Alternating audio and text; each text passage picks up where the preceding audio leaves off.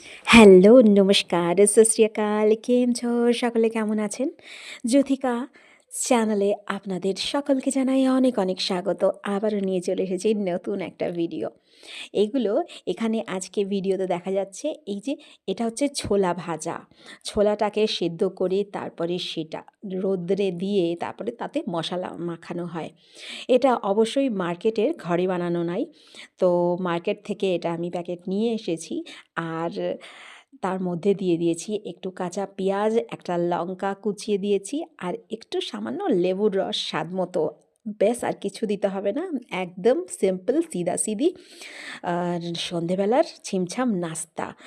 যদি পেটে গুড়গুড় করে, একটু একটু খিদে পায়, তো এই নাস্তাটা একদম প্রযোজ্য। তার সঙ্গে রয়েছে কফি, একদম দুধের মধ্যে কফি পাউডার মিশিয়ে স্বাদ মতো চিনি দিয়ে ব্যাস তৈরি গরম গরম কফি।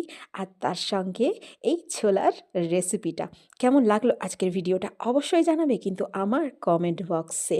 তোমাদের এক একটা কমেন্টের জন্য কিন্তু আমি অবশ্যই ধৈর্য ধরে অপেক্ষা করি। দেখা হচ্ছে অন্য একটা ভিডিওর সঙ্গে। ততক্ষণ পর্যন্ত সকলে খুব ভালো থাকবে, সুস্থ থাকবে। Tata, bye bye.